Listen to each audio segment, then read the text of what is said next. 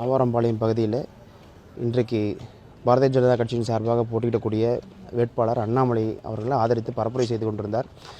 இரவு 10:45 மணி அளவில் இந்த ஆவாரம்பாளையம் பகுதிக்கு பரப்புரைக்கு வந்தார். அப்போ அங்கே அருகாமையில் இருந்த மக்கள்லாம் வந்து ஒலிபெருக்கியெல்லாம் பயன்படுத்தக்கூடாது, இந்நேரத்துக்கு நீங்கள் எதுக்கு பண்ணுறீங்கன்னு காவல்துறை அதிகாரிகளை தான் வந்து தடை செய்ய சொல்லி கேட்டுக்கொண்டிருந்தாங்க.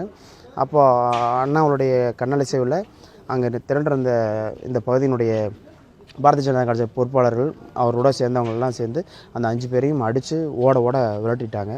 அதனோட தொடர்ச்சியாக இப்போ காவல்துறை வந்து விசாரணை நடத்தி கொண்டிருக்கிறார். யார் பேசிட்டு வந்தாங்க? அண்ணாமலை பேசிட்டு வந்தாரு. அண்ணாமலை எல்லாருக்கும் வணக்கம் போட்டுட்டு வந்தாருங்க.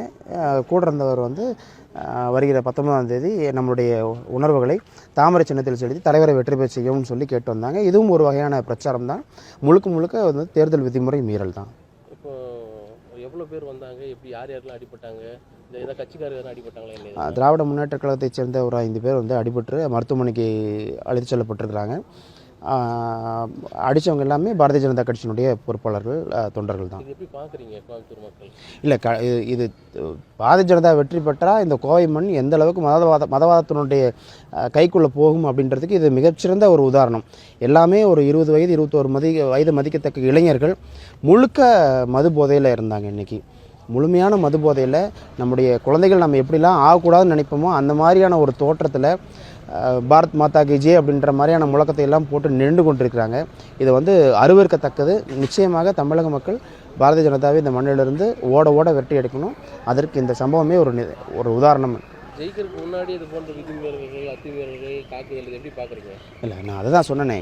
ஒருவேளை அண்ணாமலை இந்த மண்ணில் ஜெயிச்சா நம்முடைய பிள்ளைகள், குழந்தைகள் நாளைக்கு எந்த விதமான வாழ்க்கை சூழலுக்கு போவாங்க, அபாயகரமான சூழலுக்கு போவாங்கன்றதுக்கு இது மிகச்சிறந்த ஒரு உதாரணமாக நம்ம எல்லாரும் எடுத்துக்கணும்.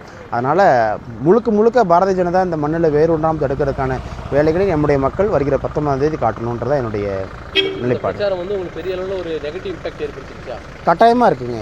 வெகுஜன மக்களாக இருக்கிறவங்க எல்லாரும் பார்க்குற பொழுது ஒரு ரவுடிசம் மாதிரியான ஒரு தோற்றத்தை தானே உருவாக்குறாங்க. ஏறக்குறைய பாஜகவில் முழுக்க ரவுடிகள் தான் இருக்கிறாங்க. இப்போ ரவுடிகளை வைத்துக்கொண்டு கேள்வி கேட்குறவங்கள அடிக்கிறாங்கன்றப்போ அது நிச்சயமாக வந்து ஒரு ஒடுக்குமுறை தானே, ஒரு பயங்கரவாதம் தானே. உடனுக்குடன் செய்திகளை தெரிந்து கொள்ள சன் நியூஸ் பெல் ஐகானை கிளிக் பண்ணுங்க.